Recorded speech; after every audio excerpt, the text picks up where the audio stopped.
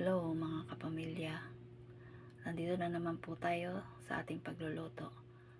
Magluluto po tayo ngayon ng beef caldereta at ayan po ang mga sangkap natin gagamitin para sa pagluluto. Binabad ko na rin po dyan yung ating karne sa kalamansi at toyo. Ganyan po ako magluto ng caldereta.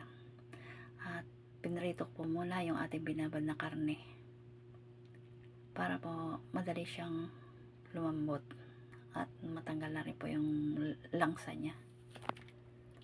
Ayan po, ganyan po ako magluto ng kaldereta. Sinunod ko pong iparito ang patatas at saka ang carrots. Ayan po. Yan po ang version ko ng beef caldereta para po wala yung amoy. Ayan, at diyan ko na rin po iginisa sa pinagprituhan ko yung sibuyas at bawang. Ayan po. At medyo paprito-prito ko po muna ng konti yan. Medyo pasusunog-sunugin ko muna hanggang maging brown bago ko po ilagay yung karne.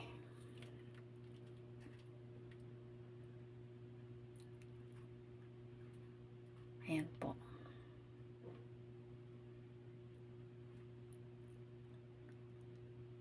Ganyan po talaga ako magluto ng kaldereta. Pero try nyo po. Mawawala po yung amoy nung baka, hindi na po masyadong maaamoy. Tatanggal ng konti yung kanyang amoy. Ayan. Hello po. Shout out po sa mga viewers ko. Thank you po sa walang sawang panonood. Sana po patuloy nyo lang po akong suportahan. At yan po, inilagay ko na rin po yung pinagbabaran ko ng karne. Yun din po ang sinabaw ko. Para po nandyan din yung lasa niya. Yung amoy lang naman po yung tinanggal natin. Ayan, tinagdagan ko lang konting tubig. Ayan po. At nilagay ko na rin yung ating naprito na patatas at saka carrots, pati na rin po ang sili kasi medyo malambot na po yung karne natin. Yan, hintay lang po tayo ng kaunti.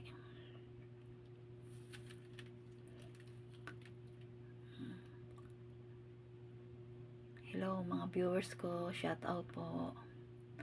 Naglagay na rin po ako dyan ng seasoning para pampalasa, dagdag pampalasa. Hindi na nga po pala ako naglagay dyan ng asin kasi may toyo na po yan, yung binabad ko. Yan na rin po ang magpapalasa sa kanya. Yan, naglagay po ako dyan ng caldereta mix. Inilagay ko na rin po pala dyan yung sili. Yan, meron na po yan.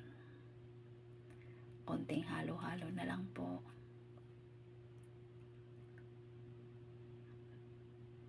Try nyo rin po mga kapamilya na magluto ng ganito.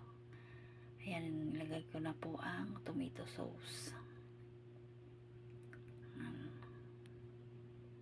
Mukhang masarap na po siya.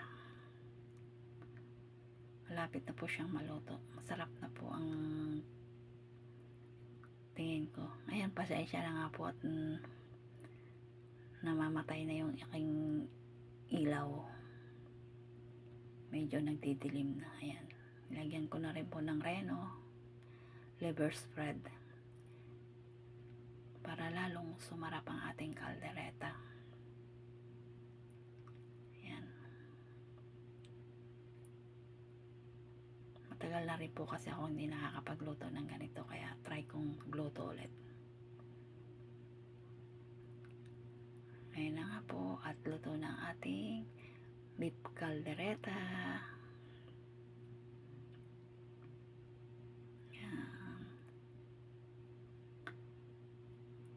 Thank you po sa panonood. Maraming pong salamat. At yan po, ready na po ang ating lunch. Kain na po tayo. Bye bye. Thank you for watching. Sa lahat po ng mga viewers ko, maraming pong salamat sa walang sawang pagsuporta.